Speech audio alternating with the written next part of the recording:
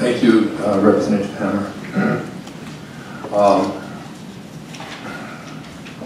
I wish to state agreement with Representative Hammer that we should be in a position to see what other similar contracts are in other states and how they have approached it.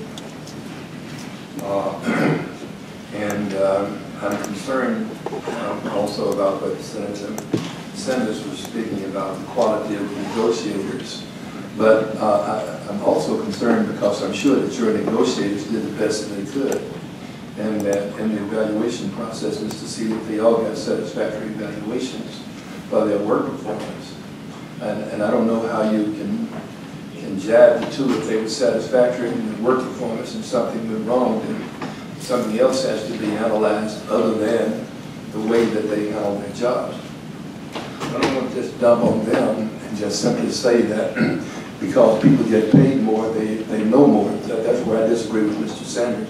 The fact that I don't know that anybody can do a better job according to several governors and say you've done, Mr. Selig.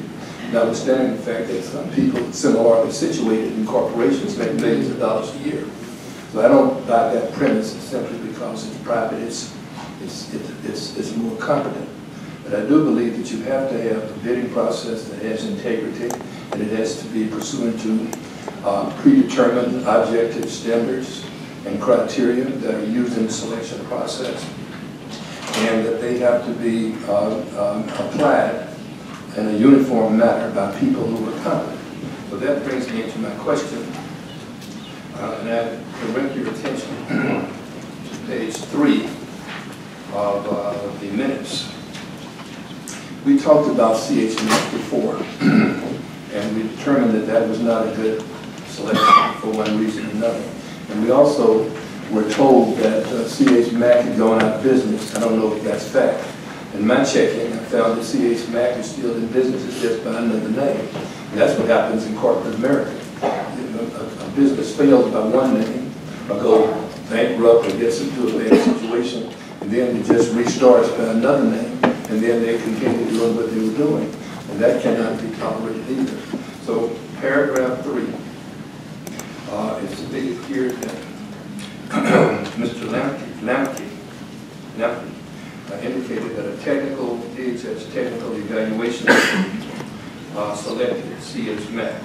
Now, Mr. Selig, I presume that you approved that committee, did you? No, sir, I would not have been involved in creating that committee. Who were the ones, who were the people who, I think that that's probably where we look. The way the committee was selected and the task to them and the criteria that they applied in arriving at the selection of Mack. Can anybody tell me how that was done? Representative Walker, that Mack, just because Mack is not part of this initiative. I mean, it is on the agenda to talk about later, but and I have staff who I think who can talk about how that evaluation committee was selected. I can't tell you as a well, here's my concern, even though it's not right now on point. It does apply because somehow there was a negotiation involved in Mack, and the very people in your shop were involved in all the negotiations, I presume. And if they were, they had to have applied some criteria. And my question is, whether you have written criteria, whether you have anything that guides the people who are your negotiators. I'm real distressed because I see where the Secretary of State selected today or yesterday a company for voting machines that cost $29 million when there was another one that cost half as much. So I don't want to get in a position that simply we have this money, we're going to get the best people, and the best person is the one who has the highest bid. We cannot as a state function that way. We have to have integrity, and we have to be able to have the criteria set, and we have to see to it that the work being done is the same work being done by whomever the competitive purported to be done, the same by all of the people who are being involved. So I guess to bring it to a close, I'd like to ask, how would you have done this better with other negotiators at the table, assuming they paid $200,000 or $300,000? Could you be assured of a better product? And I don't see it, but can you explain that to me? I think on this eligibility system,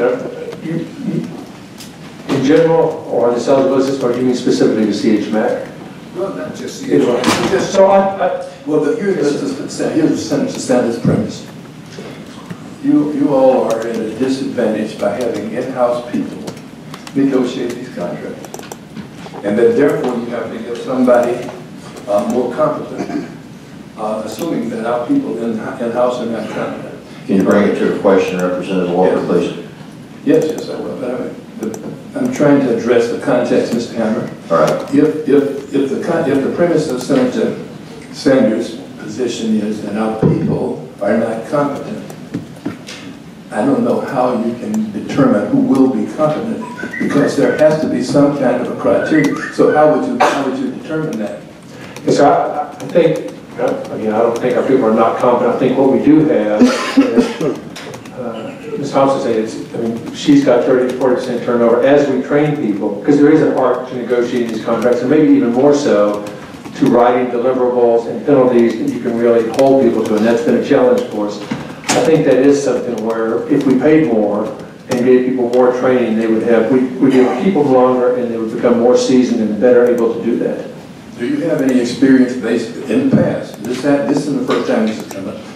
Is there anything that you can relate to in the past which you can arrive at that conclusion, or is that just something to make the senator feel good? No, so we have had, I mean, I'll tell you, across the department, one of the things we've been working on for a few years now is to tighten up our contracts, whether it's in juvenile justice, lots of areas. And as we give people more training and have people more seasoned, and in some cases we've had to switch the people working on it, it does make a difference. To have better people with more skill. Let me interrupt and ask, because we're kind of, we're not digressing, but we're creating a whole other subject matter to talk about. So let me ask you this. In the future, if this committee puts it on the agenda, that we would have a specific discussion about the contracts and how we go about issuing them, and bring office procurement back, bring all three back, so that we have that specific discussion to brainstorm on that and address what the issues are and the challenges. You good with that? Yes, sir. Because I mean, my lead on that, I want her today to speak to what she's struggling with. All right.